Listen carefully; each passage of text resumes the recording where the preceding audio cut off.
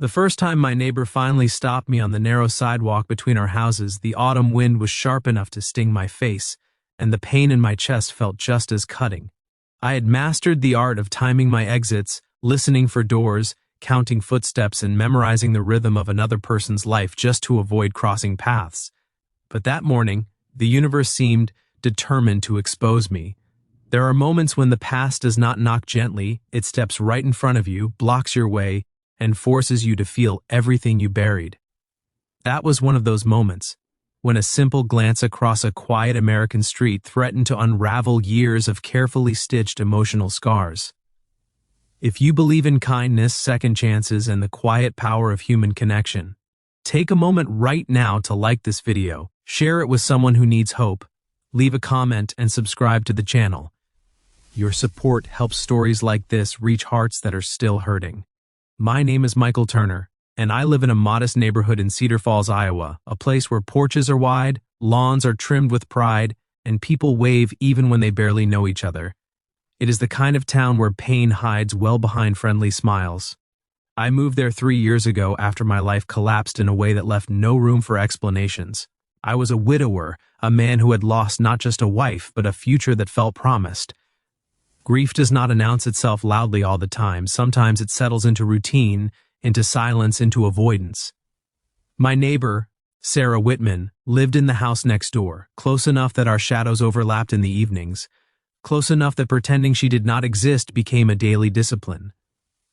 Sarah reminded me of everything I had lost, not because she looked like my late wife, but because she carried the same warmth in her presence, the same gentle energy that made rooms feel less lonely.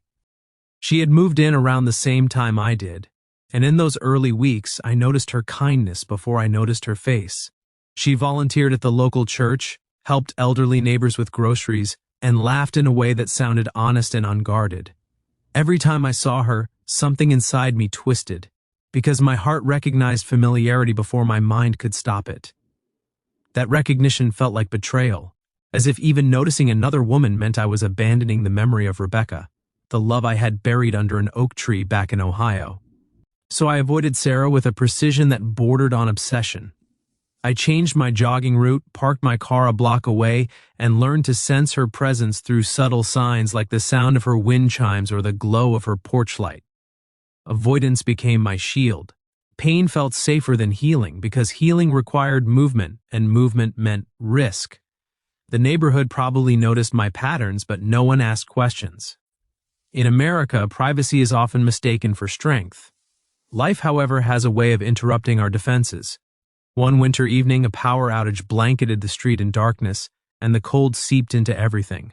Snow fell heavily, muting the world, and I found myself outside, struggling with a frozen car door. That was when Sarah appeared, wrapped in a thick coat, holding a flashlight. There was no dramatic confrontation, no raised voices, just the weight of unspoken words hanging between us. I felt exposed like a wound left uncovered in the cold air. The moment lingered, uncomfortable and raw, and it forced me to confront the truth I had been running from. After that night, avoidance became impossible. Sarah's presence grew unavoidable, not because she chased me, but because the walls I built had cracks. I started noticing her more, the tiredness behind her smile, the way she sometimes sat alone on her porch after sunset. I learned from others that she had her own losses, including a broken engagement that had left her questioning her worth and faith. Pain, I realized, is rarely a competition. It is a shared language we all speak differently. My struggle was not with Sarah herself, but with the fear that allowing someone new into my life meant erasing the past. Grief had convinced me that love was a one-time gift, fragile and finite. Every time I imagined opening my heart again, guilt rushed in, heavy and suffocating. I spent nights replaying memories of Rebecca, wondering if she would forgive me for even considering happiness again. In those moments I felt like a man standing at the edge of a frozen lake, aware that the ice might hold but terrified of the possibility that it would not. Change did not come suddenly. It arrived quietly, through small acts of courage that barely felt like courage at all. I started staying outside a little longer, nodding instead of turning away, allowing silence to exist without fleeing from it. I noticed how Sarah respected my space, how she never forced conversation or demanded explanations. That patience softened something inside me. It reminded me that kindness does not always announce itself, sometimes it waits. Spring arrives slowly, melting snow and defenses alike. One afternoon, I found myself sitting on my porch, watching the world wake up again. Children rode bikes, birds returned, and the air smelled like new beginnings. Sarah was there too, tending to her garden, dirt on her hands, sunlight in her hair. In that moment, I understood something that grief had hidden from me. Love does not replace what was lost, it expands to include what still remains. Holding on to pain had not honored Rebecca's memory, it had only trapped me in it. The real turning point came when I allowed myself to feel without immediately shutting down. I began volunteering at the same church Sarah attended, not to be close to her, but to be close to people again. Service became a bridge back to life. Through shared efforts and quiet moments, trust grew naturally. There were no dramatic declarations, just a gradual easing of loneliness, like a knot slowly untangling. Before this story reaches its final moments, I want to ask you something special.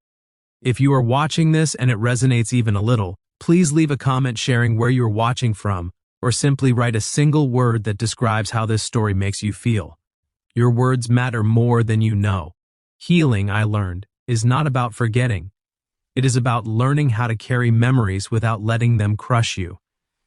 Sarah never asked me to stop loving my past, she simply showed me that my heart was capable of holding more than one truth at a time. In a quiet American neighborhood, between two ordinary houses, something extraordinary happened. A man who believed his story had ended discovered that it was still being written. Near the end of summer, I stood on my porch one evening, watching the sky turn gold and pink, and felt something I had not felt in years.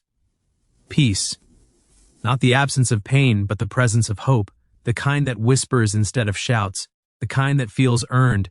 If this story touched your heart, if it reminded you of your own losses, your own neighbors, or the chances you have been too afraid to take, please like this video, share it with someone who needs encouragement, and subscribe to the channel. Your engagement helps keep these stories alive, reaching hearts that are still learning how to heal. Somewhere in the United States, in a quiet town like mine, there are people avoiding each other not out of anger, but out of fear of feeling too much. This story is for them. It is a reminder that looking at what hurts might be the first step toward what heals.